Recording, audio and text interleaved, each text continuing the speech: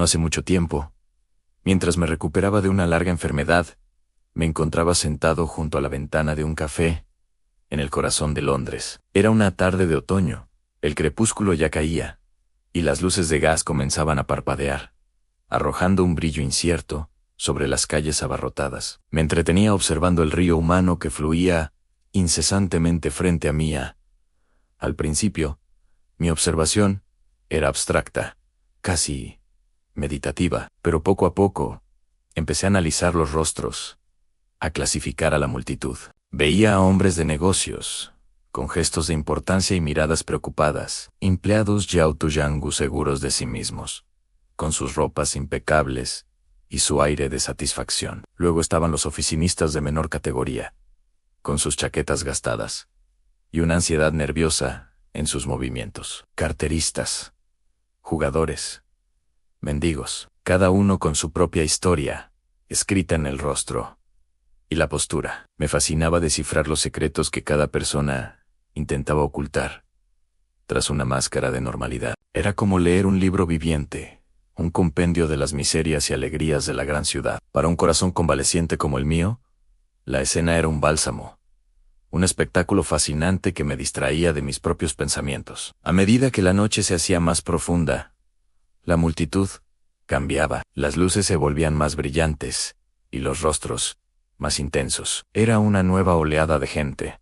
con deseos y preocupaciones distintas a las del día. Vi a jóvenes con miradas salvajes, buscando placeres nocturnos. Vi a mujeres mayores, pintadas grotescamente, intentando revivir una juventud perdida. Vi a borrachos tambaleándose, con los ojos vidriosos y la dignidad hecha pedazos. Cada rostro era un nuevo enigma, un nuevo capítulo en la historia de la noche. Y yo, desde mi refugio seguro, me sentía un dios, observando a sus criaturas, ajeno a sus destinos, pero intensamente interesado en sus caminos. El café se convirtió en mi teatro, y la calle en mi escenario.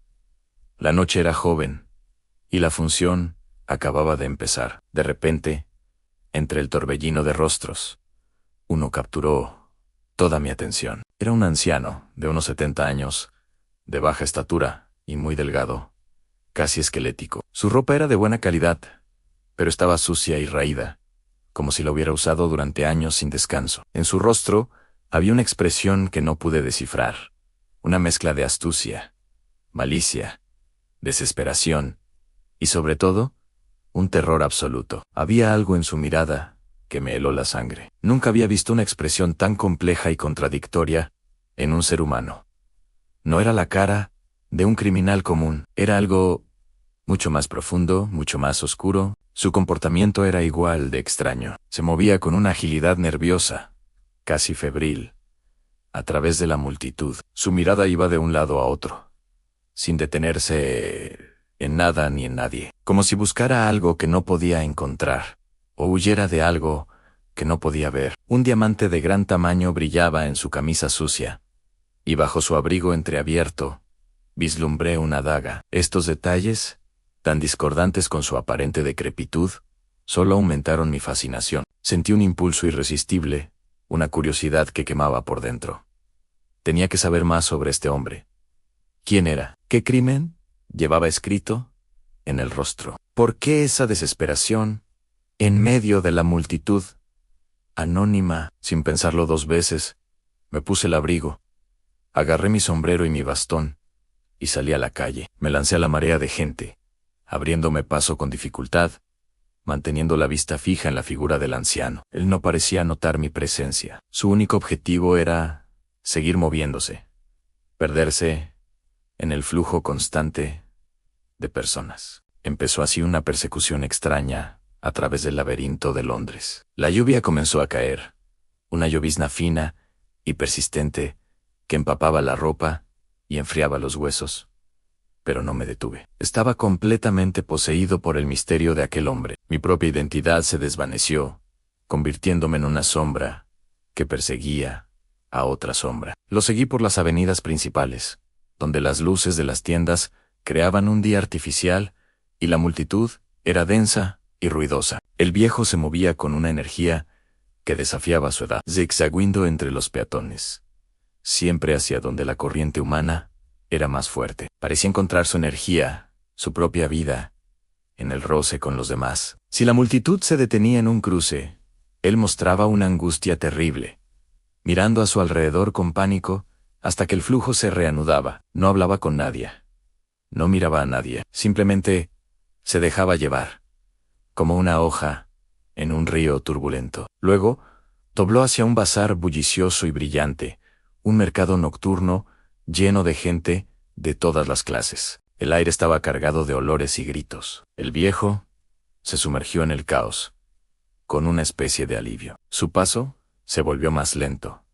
Su ansiedad pareció disminuir. Aquí, entre el gentío más espeso, parecía sentirse seguro. Lo observé mientras deambulaba sin rumbo, rozando a los compradores, esquivando a los vendedores, un átomo más en esa masa compacta de humanidad. Me mantuve a una distancia prudente, oculto entre los puestos, sintiendo como la obsesión crecía dentro de mí. ¿Qué buscaba en estos lugares? ¿Qué demonio lo impulsaba a no detenerse jamás, a necesitar siempre la presencia de otros a su alrededor? La noche era larga, y yo estaba decidido a llegar hasta el final de este enigma. Cuando el bazar cerró y la multitud comenzó a dispersarse, el pánico volvió al rostro del anciano. Lo vi mirar a su alrededor con desesperación, como si el silencio y la soledad fueran sus peores enemigos. Sin dudarlo, echó a correr hacia el este, hacia las zonas más pobres y oscuras de la ciudad. Lo seguí por callejones estrechos y malolientes,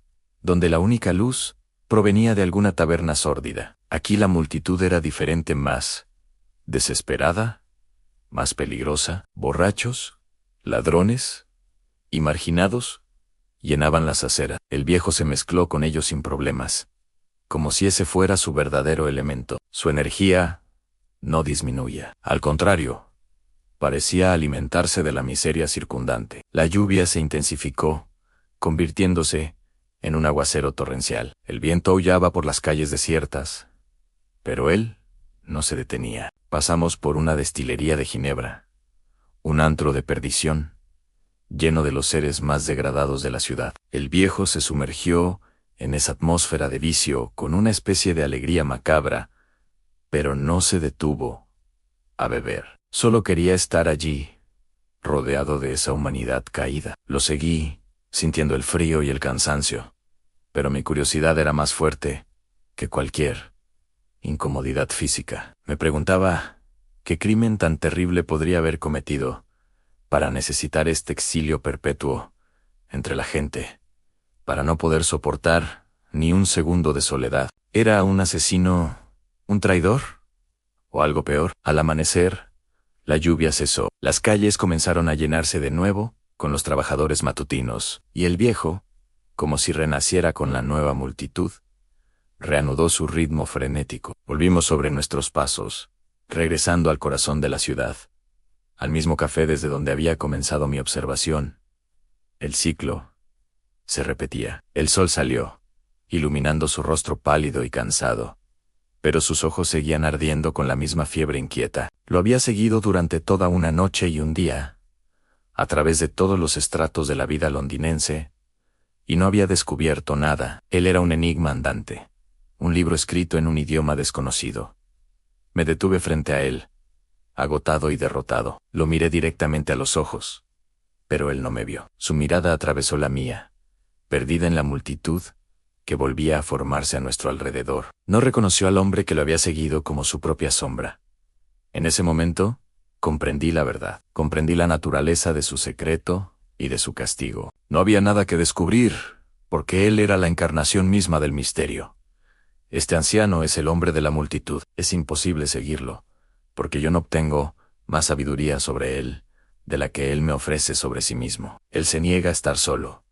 Es el genio del crimen profundo. Vaga por el mundo, siempre entre la gente, porque su conciencia no le permite la paz de la soledad. Su castigo es este eterno vagar, esta fusión con la masa humana. Es el libro que no se deja leer. Es el corazón oscuro de la gran ciudad, un secreto que se esconde a plena vista, un misterio que late al ritmo de la multitud, Dejé de seguirlo. Me di la vuelta y me perdí.